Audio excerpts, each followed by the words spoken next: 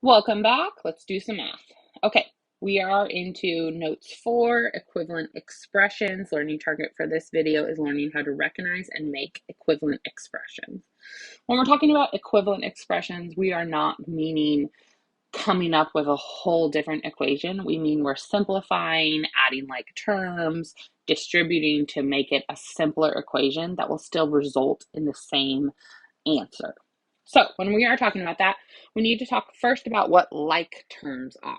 So in this equation down here, I like to look at equations because that really helps us. And we're going to circle them in different colors. So when we just have singular whole numbers or fractions or whatever without a variable next to them, they are constants and they are like terms. They can be combined together to give us a simpler answer. Again, we need to see that we can only add values that have the same variable together. And finally, we have one more variable on here.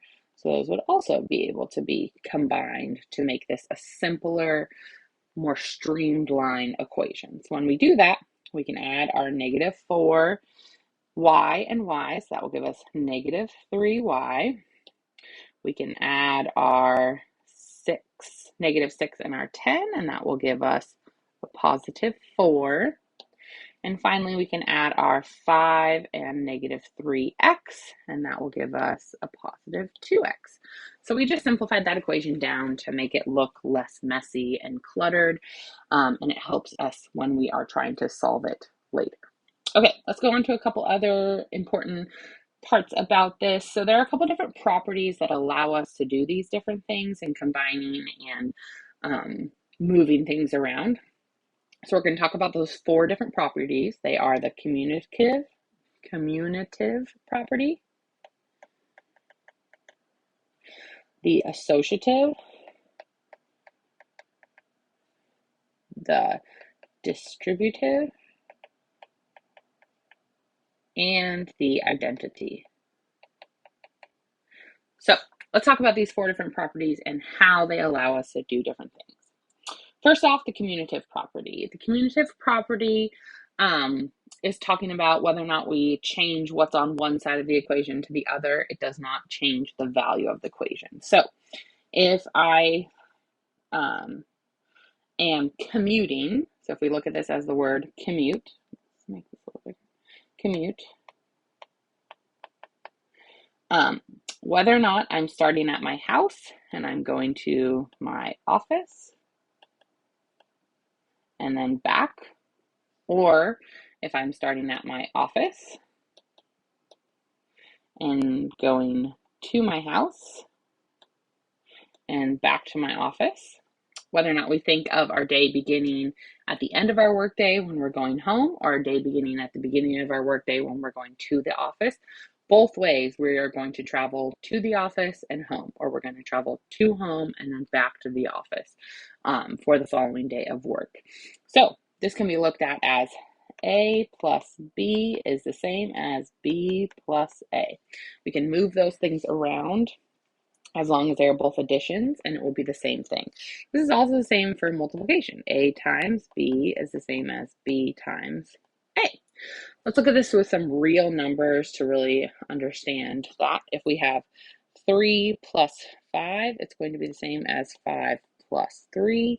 This will give us 8. This will give us 8. The same as 3 times 5 or 5 times 3. This will give me 15. This will give me 15. So both of these are the same. So we can rearrange our problem as long as we're not changing the values of any of our equations. Okay, let's take a look at the associative property.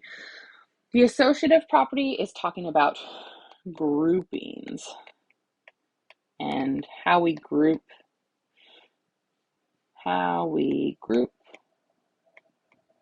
things together.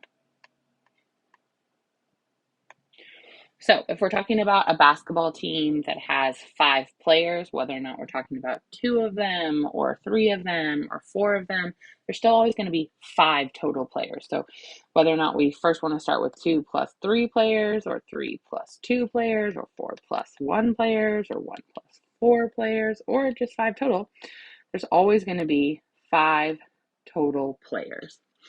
So this is the same as if we have A plus B in parentheses plus C is the same as A outside of the parentheses and B plus C. So both of these are the same equation. Same is true when we are multiplying. And this is important to note that these are all additions, and this next one is all multiplications. Is the same as A on the outside and B and C on the inside. Regardless, we're going to get to the same result. Okay, let's move on to the distributive property. This one has a fun analogy that will make it easy for us to talk about it. So if I have some bread on the outside, and inside I have some jelly or jam, and I also have some peanut butter. I first take a piece of bread and I put some jam on it.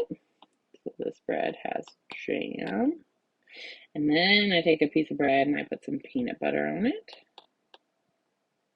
And then this together, when I add them, is now a peanut butter and jam sandwich.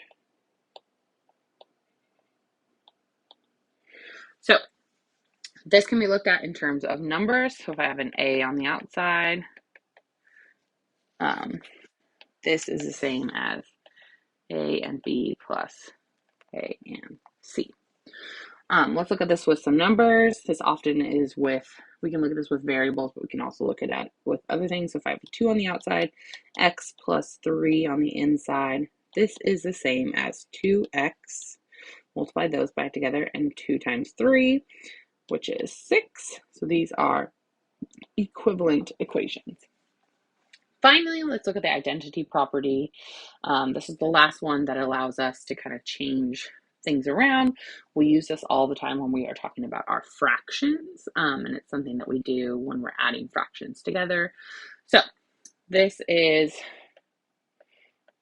also kind of looked at as the mirror property. So when you look inside of a mirror, you see yourself. So if we add 0 or we multiply by 1, we're always going to get the same thing. So A times 0, A plus 0 is equal to A, or A times 1 is equal to A. We do use this when we are talking about fractions. So if we're looking at 1/2 plus 1/4, we know that we need to find a common denominator here. So we're going to multiply this fraction over here by 2 over 2.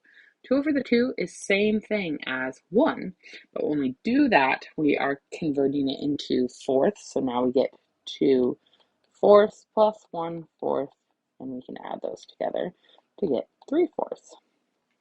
But this property is used all the time when we are converting fractions. It is the identity property. We are just multiplying it by 1. We just disguise it as a larger number of 2 over 2.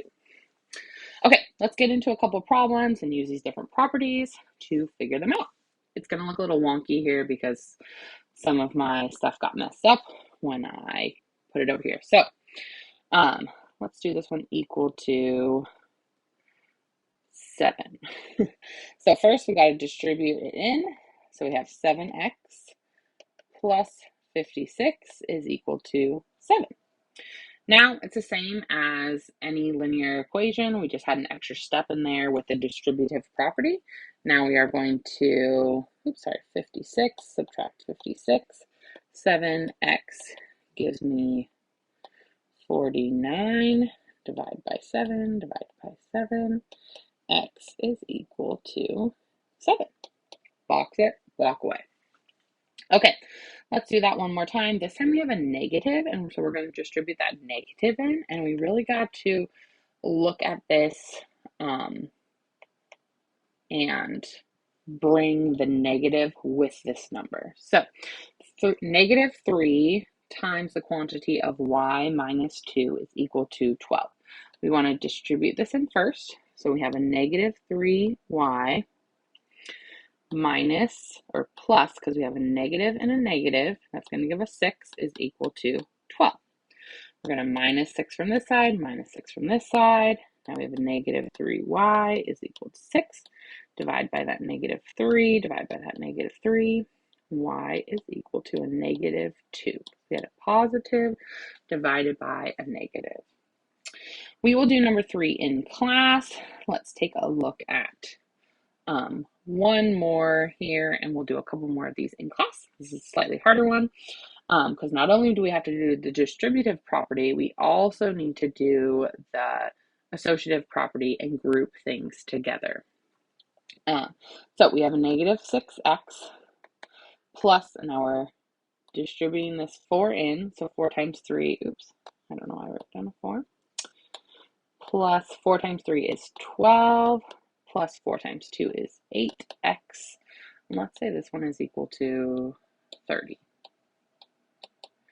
And then now we have a negative 6x and an 8, so we can kind of rewrite this problem using the commutative property so that we can visually see it a little bit better. 8x minus 6x plus 12 is equal to 30. So see, we have an 8x minus a 6x. So that gives us 2x plus 12 is equal to 30. We're going to subtract 12x, 12. So 2x is equal to 18, and then we're going to divide by 2.